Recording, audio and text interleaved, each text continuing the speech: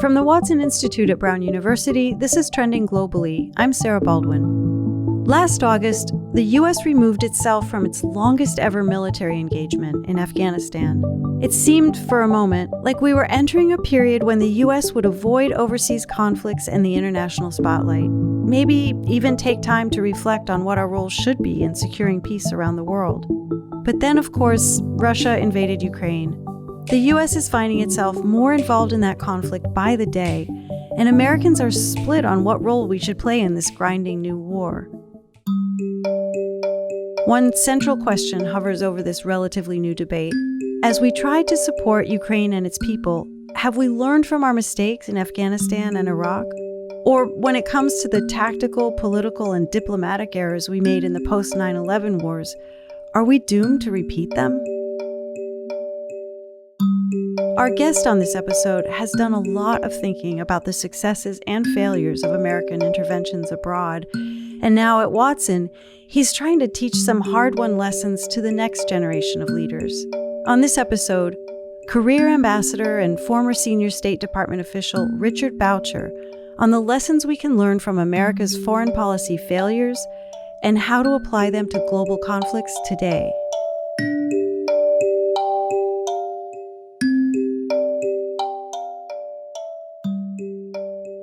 I'm Richard Boucher. I'm a former U.S. diplomat, and I'm now a senior fellow at the Watson Institute. Richard held high-level diplomatic positions around the world during his 30-year career in the U.S. Foreign Service. In the year 2000, he became the spokesman for the State Department, and in 2005, he became the Assistant Secretary of State for South and Central Asia. He was involved in Afghanistan from the moment it became a focus for the United States. But before we get into the specifics of that war and the lessons Richard thinks we need to learn from it, there's a sort of meta lesson about foreign policy that he thinks we need to understand. And that is, we're not very good at learning lessons. Yikes. And to illustrate the point, we need to start a little further back than Afghanistan. In Vietnam. The United States may have to escalate the war in Vietnam. The war in Vietnam taught Richard's generation a lot about how not to conduct foreign policy. Richard was not yet part of the foreign policy establishment. Far from it. I was out in the streets protesting. But whether on the streets, on the ground in Vietnam, or in the Pentagon, the young people of his generation... All of us thought we learned something from Vietnam. All of us thought we learned something about the use of the military, about positioning the United States vis-a-vis insurgencies, vis-a-vis corrupt governments. Okay, so what exactly did they think they learned? What were the big lessons? The first lesson of Vietnam was never get involved in a land war in Asia. And that even made it into The Princess Bride, if you watch that movie many times closely, as I have with my children. You fell victim to one of the classic blunders. The most famous is never get involved in a land war in Asia, but only slightly less well known. Another big lesson? Make sure the side you're supporting doesn't require your military for its survival. We were supporting an urban elite, a modernizing urban elite, against a traditional rural insurgency. We were supporting an army that relied on American logistical support, often American fighting support, American air support. And furthermore, all the military support, it was being used often to the wrong ends. Our army was very good at going after bad guys, but they needed an army that could hold territory, that could give security to villagers. The list could go on, but those were definitely some of the big ones. All those were things that one or the others of us should have learned. And yet, when we got to Afghanistan and we got to Iraq, we repeated many of the same mistakes. Why? There's something to be said, surely, for the fact that those wars started with a traumatic event that from the very beginning seemed to require a historic response. Lower Manhattan, 2 planes, one hitting each of the Twin Towers at the World Trade Center. Our way of life, our very freedom came under attack in a series of deliberate and deadly terrorist acts. I was spokesman for Secretary Powell at the time, and when 9/11 happened, we were in Peru, and we flew back on the airplane. I remember going into his cabinet with a sort of a list of things and said, I think we ought to do this event, this change, blah, blah, blah. We could think about that. And he looked at me and said, you don't understand. This changes everything. And it did change everything. I've directed the full resources of our intelligence and law enforcement communities to find those responsible and to bring them to justice. We will make no distinction between the terrorists who committed these acts and those who harbored them. The President has turned to direct overt military force. The effect we hope to achieve is to create conditions for sustained anti-terrorist and humanitarian relief operations in Afghanistan. Now, the invasion of Afghanistan was not itself something Richard viewed as a mistake. I'm convinced to this day we had to go in and get the guys who attacked us. And at the beginning, it didn't look anything like Vietnam. The military mission in Afghanistan was pretty straightforward when it came down to it. We dropped some special forces people in to hook up with the Northern Alliance. I think their first message back was send more saddles. They were on horseback, but together with the Northern Alliance, they swept into Kabul. They were able to chase the Taliban out. And then we continued chasing them. Didn't get bin Laden in the mountains, Tora Bora, but we basically chased them out of Afghanistan by that point, very quickly. But then there you are. What's next? How do you make sure that Afghanistan is not going to be the source of attacks on the United States ever again? And that's a much more complicated problem. It was a challenge that Richard was working on firsthand, starting around 2006 as the Assistant Secretary of State for South and Central Asian Affairs. I was probably in Afghanistan every 4 or 5 weeks. This trickier phase in the war in Afghanistan, the phase that would define most of the war in Afghanistan, requires understanding two concepts in foreign policy that stand in some tension to each other. The first is nation building, which is kind of what it sounds like. Nation building is an attempt to do what MacArthur did in Japan, to help them create a full-fledged set of institutions and then run them. He's referring there to what the U.S. did after World War II in Japan. The second concept is called stabilization. Stabilization is more rudimentary. Stabilization, you might say, is based on the principle that good enough is good enough. And therefore, you want to have a government that is more or less representative, a justice system that can maintain security and provide a sense of order, an army that can defend the borders, a police force that can make people feel safe. Prior to 9/11, the American foreign policy establishment had no desire to nation build anywhere around the world. George W. Bush, during the campaign, had said, I'm not going to have our military get involved in nation building. I think what we need to do is convince people who live in the lands they live in to build the nations. I mean, we're going to have kind of a nation-building corps from America? Absolutely not. Nonetheless, as we went in for stabilization purposes, we said, they need a government, they need a bureaucracy, they need a parliament, they need a judicial system, they need a police force, they need an army, they need a civil service. In other words, the line between stabilization and nation building, it's not crystal clear. But wherever that line is, a lot of leaders in the U.S. blew right past it after 9/11. We said, and we can help them do these things, and we can help them because we know how to do them. And so we ended up deploying all these different American experts, all these different American NGOs to help the Afghans put together their governmental system. And it was great. They had, just like us, we taught them how to have ministries and budgets and interagency meetings. So we entered into some serious nation building, which itself is always risky given the size of the task. And a lot of the time, in a lot of different ways, we just didn't do it very well. We invested lots of time, resources, and expertise. But it wasn't really delivering to the people of Afghanistan. Let's take two examples: the creation of an Afghan police force and the crackdown on corruption. We'll start with the police.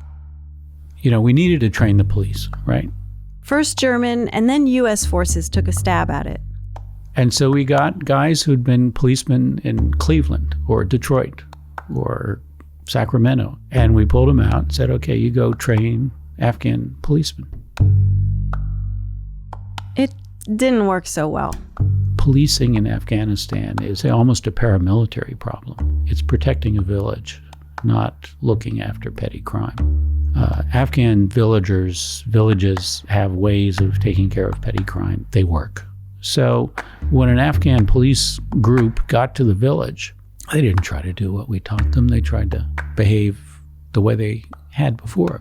Sometimes it worked, most of the time it didn't. Another example of our struggles with nation building, corruption. Corruption existed in every part of Afghan society and government. To the Americans, it was proof that we needed more intervention, more training, more auditors. But as Richard saw in Afghanistan and in lots of other countries, corruption maybe wasn't as bad a thing as we in the U.S. thought. I accept it as an expense of doing business in places that are not based on our system of accounting. And it's a way of spreading money around. Perhaps too many people get too much of their share. But in the end, the goal is not preventing them from getting money. The goal is to get the money to the places where it needs to go. In other words, if you want money to get to the villages, some of it's going to get swiped along the way. But this was not a position the U.S. was willing to accommodate. As Richard himself put it, I didn't have the guts to go up in front of Congress and say, I want to give $50 million to the Afghan government, and I guarantee you 40% will disappear in somebody's pocket. But I'm hoping the other 60% or maybe 50% will get to a villager somewhere. In Afghanistan, we kept intervening in ways that were either too ambitious, too culturally out of touch, or often both. As a result, many of these reforms weren't sustainable without direct American support. So when our forces left the country last year, much of what we had tried to build there simply collapsed. You know, people who live out in the countryside of Afghanistan, they want three things.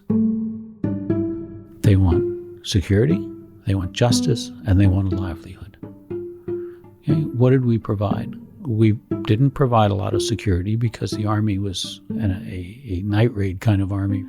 The livelihood was disruptive, but the livelihood of corruption was there for people. And the justice was very slipshod, was sometimes yes, sometimes no, depending on where we were. The Taliban provided very predictable Islamic justice, cruel security, and an opium livelihood. And so for a lot of villagers, that was a logical choice for them to make.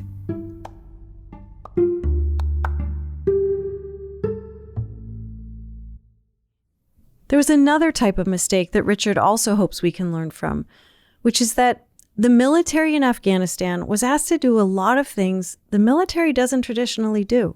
The problem of over-militarization of U.S. policy comes from a lot of different places. A big one is something Richard calls the can-do problem. We all support the military, and the Congress supports the military with a lot of money. And so when the president goes to a National Security Council meeting and says, we need to do this, there's somebody at the table that says, I can do that. There's a military expression that says, when all you've got is a hammer, everything looks like a nail. And that's where we ended up. Everything started to look like a nail, and we got the military hammer out and we whapped it. Instead of using what Richard believes to be an often more effective tool. Much more often, you've got to use diplomacy. You've got to talk to them. You've got to figure out what they want. You've got to figure out how to let them have some of what they want in a way that's compatible with what you need. Propping up a government that most people don't support, not providing safety for everyday people, hell, fighting a land war in Asia. In obvious and subtle ways, the war in Afghanistan seemed to Richard to share so much with the war in Vietnam, and it haunts him. So how did the Vietnam generation embark on and stay in this war in Afghanistan for 20 years? That's a very profound question that I haven't figured out yet. And that's what currently really bothers me. Do you think it's possible to make the same mistake a third time? Well, we've already made it the third time. We made it the third time in Iraq. Which? Iraq, ill-conceived and poorly executed right from the start. You know, we'll save that for another episode. But when it comes to Ukraine... The question is whether we make it the fourth.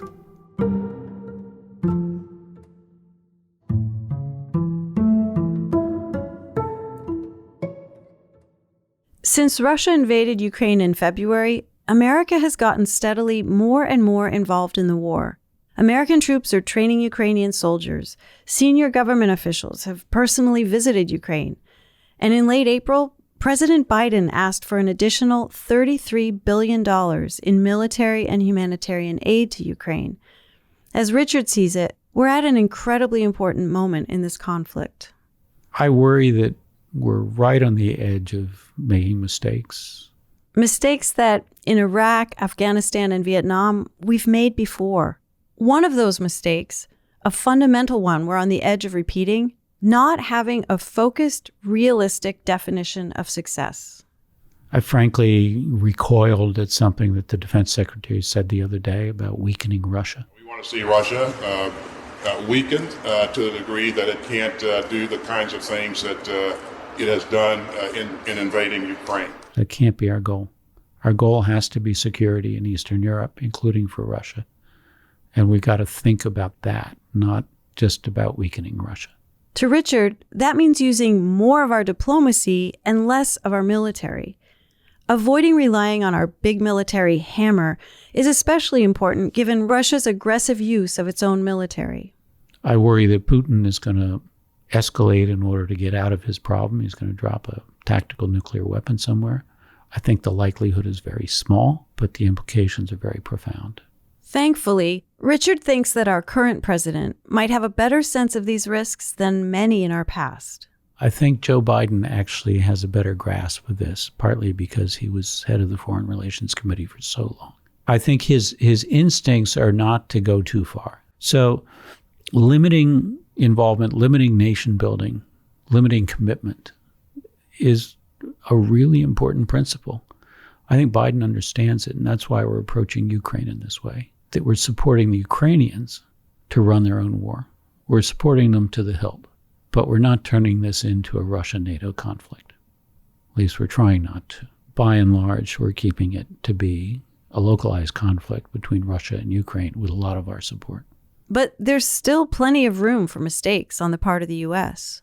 And beyond that, there will, of course, be another conflict in another country after this one, and another one after that. So I ended by asking Richard, is there anything we can do to help ensure that our foreign policy makers learn from past mistakes in a more permanent way? He had a few ideas. The first is history. Doing a better job of teaching history and reflecting on history as we go into places and we start to do things. The second is to deal with real people. These formulaic expressions that we use to make policy that, it's either deterrence or containment or whatever. We have to really think about those in terms of what people are interested in, what they do. And that means actually taking into account the other side's history and taking us into account the other side's needs. You've got to talk to people who don't agree with you.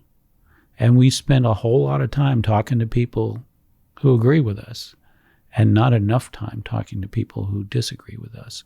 Another thing Americans need to wrap their brains around, the model of a country going to war and defeating another country and that being the end of the conflict, the way many of us view World War II, say, is not how most conflicts actually work. We think victory is all-out victory. We think wars end like World War I with German surrender or World War II with Japanese surrender on a battleship. They don't. Most in history probably never did. In other words, we have to get more comfortable settling for good enough. You can't go in on a military operation thinking you're going to achieve total victory. Your military is just one of the many means you can use to pressure the other side into cutting a deal. And you've got to look for the deal all along the way. And you've got to be talking to the other side as much as you can along the way. So the idea that it's some kind of concession to show up, I think we got to get rid of that. We got to get rid of this absolutist idea that you can solve every problem with military force, and once it's solved, it stays solved completely. And if we do find ourselves occupying a country again, well, first, let's do everything we can to avoid that. But if it happens, let's set some more realistic expectations. Not thinking that we can build other countries in our own likeness. How do we empower them to do it themselves? And how do we actually stomach the fact that some of them are going to steal some of the money. But that's our problem, not theirs. And maybe within the foreign policy establishment, including the State Department itself, more accountability needs to be built into the system. The military does do lessons learned. State Department doesn't. And if you read our annual performance reports, you'll see that everything we did was amazing and perfect and wonderful. But in fact, we ought to do a lot better job of learning some lessons from these situations. We've focused on foreign policy failures in this episode, but let's end with a success that Richard thinks we can learn from too. The success of diplomacy, the best example that I know and that I teach is the fall of the Berlin Wall. The wall came down, and then we were again in a, oh my God, what do we do now kind of situation, right? Because the whole structure of the world was different. And Secretary Baker and his team were able to enlist the French, the Germans, the Russians in a very complicated negotiation. And the structure was put together, the cooperation was put together, and it was done with hundreds of meetings and thousands of phone calls. And that took us from a fixed, static situation of the Cold War into a stable one built on democracies, built on East Germans having a voice, based on Poles having a voice, based on Hungarians having a voice, based on Russians having a voice. And that was diplomacy at its best. And that, for a while, was an extraordinary success. Richard hopes there's similar diplomatic effort being put in right now between Russia and Ukraine, even if we're not seeing it on the nightly news. I'm hoping there's secret talks going on somewhere that I don't know about, particularly between the Ukrainians and the Russians, and we can have a role helping with that. In the end, what is it going to take to make Russia feel comfortable within its own borders? Maybe that's a conversation we can't have yet, till they're back within their own borders. But it's a conversation we're going to need to have, and we're going to need to have it with the Russians. As Richard's work and this conversation made clear, no country, relationship, or conflict is ever permanently fixed, and no lessons are permanently internalized. Part of Richard's work at Watson is helping the next generation understand the mistakes of Vietnam, Afghanistan, and Iraq in the hopes that someday we'll stop repeating them.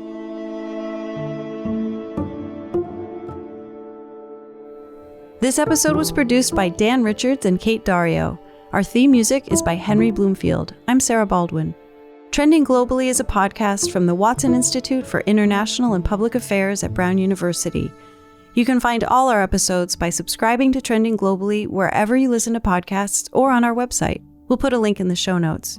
And if you like the show, help spread the word. You can leave a rating and review on Apple Podcasts or just tell a friend about us. We'll be back in 2 weeks. Thanks for listening.